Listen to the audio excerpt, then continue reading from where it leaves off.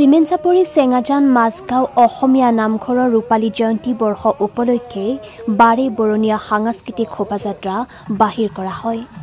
অনুষ্ঠানৰ লগত সংগতি ৰাখি পুৱাই সাফাই অভিযান, বৃক্ষৰোপণ আৰু পতাকা উত্তোলন, নাম প্ৰসংগ, ভাগৱত পাঠ, হৰিনাম আয়োজন কৰাৰ লগতে সাংস্কৃতিক শোভাযাত্ৰা উলিওৱাৰ উপৰিও শ্যামকানু নাট্যগোষ্ঠীৰ দ্বাৰা ভাওনা প্ৰদৰ্শন কৰা হয়।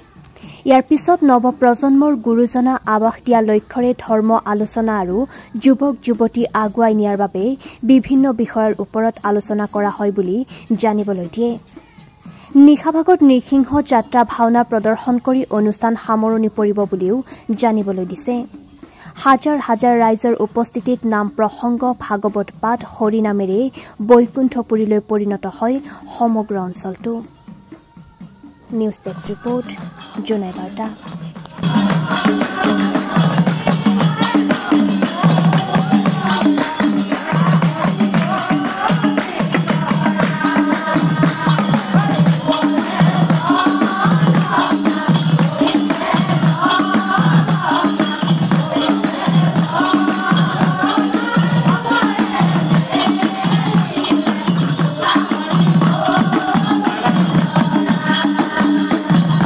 পৰম শ্ৰদ্ধাৰ আজি চেঙাজান মাজগাঁৱৰ সমূহ ৰাইজ তথা এই উদযাপন সমিতিৰ বিষয়ববীয়াসকল, আমি এই গাঁওখন প্ৰতিষ্ঠা কৰা হৈছিল, এই নামঘৰ ভাগ প্ৰতিষ্ঠা কৰা হৈছিল 1995 চনতে।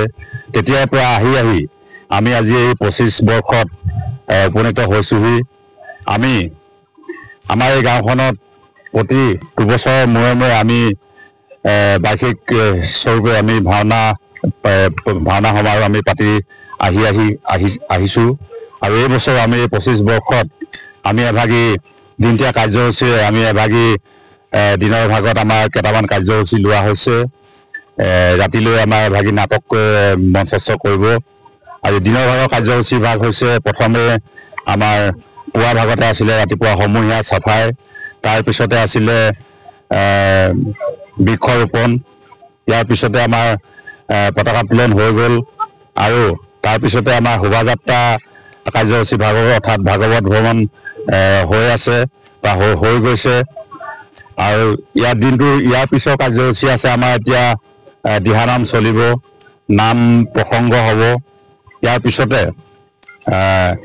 আবেলি পৰলৈ আমাৰ শৰাই বিসৰ্জন হ'ব আৰু ৰাতিলৈ সন্ধিয়ালৈ আমাৰ এভাগী নাটক মঞ্চস্থ কৰিছে।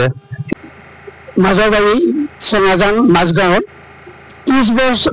30 বছৰ ধৰি গড়গা এটা অনুষ্ঠান, এই অনুষ্ঠান আজি 30 বছৰ উপনীত হৈছে।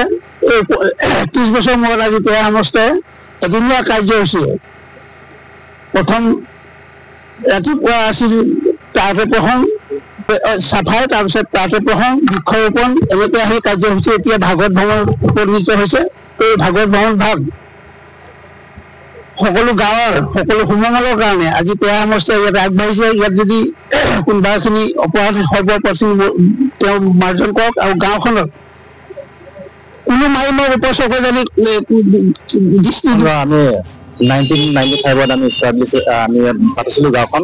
তেতিয়া খুব আমাৰ কম পৰিয়াল আমি আছিলোঁ, এঘৰ দুঘৰ 4 ঘৰ 5 ঘৰ তেনেকৈ আমি আহি যে এখন আমাৰ ডাঙৰ এখন গাঁও হৈছে এখন।